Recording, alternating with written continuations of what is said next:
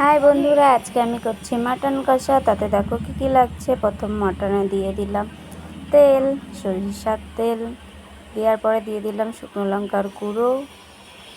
এবার দিয়ে দেব জিরের গুঁড়ো, দেখতে পাচ্ছ বন্ধুরা। তারপরে দিয়ে দেব হলুদের গুঁড়ো। এবার আমি এটা সুন্দর করে মাখিয়ে রেখে দেব কিছু সময়ের জন্য। তোমরা চাইলে হাত দিয়েও মাখতে পারো, আমি হাতা দিয়েই করেছি। এরকম এরকম সুন্দর করে মাখিয়ে এরকম উপকরণ কাঁচা লঙ্কা, রসুন, আদা। তেলে ছেড়ে দিলাম জিরে আর তেজপাতা। এবার ছেড়ে দেব পেঁয়াজ কুচি। সুন্দর করে নাড়বো। নাড়ার পরে যেই লাল লাল হয়ে দেখো এরকম হয়ে আসবে, এবার ছেড়ে দেবো সেই মাটনটা ম্যারিনেট করা। এরকম ছেড়ে দিলাম। ছেড়ে দেওয়ার পরে এবার আমি সুন্দর করে এটাকে নাড়বো চাড়বো। কে কে বলো মাটন খেতে ভালোবাসো, ঝটপট জানিয়ে দাও আমাকে কমেন্ট করে কেমন। এরকম দিয়ে দিলাম স্বাদ মতো লবণ,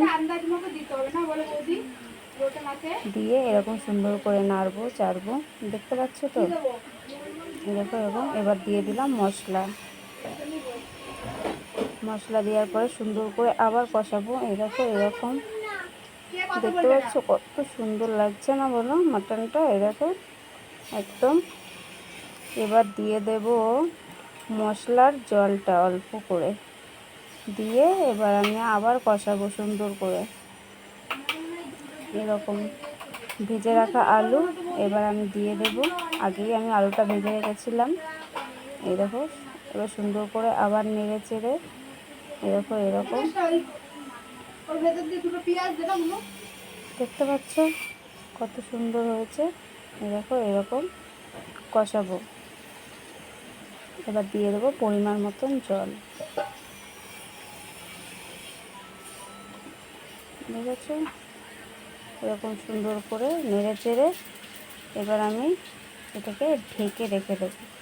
তোমরা কিন্তু সবসময় তরকারি ঢেকে রান্না করবে, তাহলে খুব সুন্দর আলুগুলো গলে যাবে, এমনকি মাটনটাও খুব সুন্দর নরম হবে। দেখেছো এরকম হবে।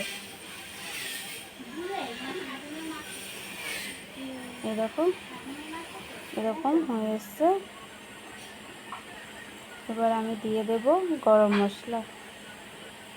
মশলা দিয়ে নেড়ে চেড়ে এবার নেব নামিয়ে। এরকম তরকারি পুরো কম।